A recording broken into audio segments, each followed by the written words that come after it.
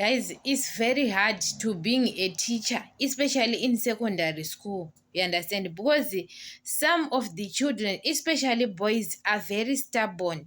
Are very stubborn. They don't even listen. At that time, they start smoking weed. They start smoking weed. You understand?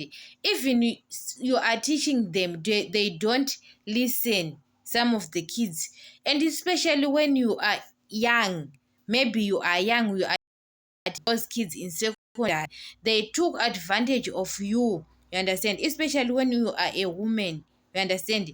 They take advantage of you when you are young because when you are teaching them, they start laughing at you or insult you. Guys, kids most of the times when are at that age, in 15, 16 years, guys, they are very stubborn. They are start laughing at you or insulting you. We understand it. That's why some of the teachers sometimes they are ignorant to those kids sometimes. You understand it? Because the guys, you are teaching a kid to have a better life, and that child doesn't listen to you.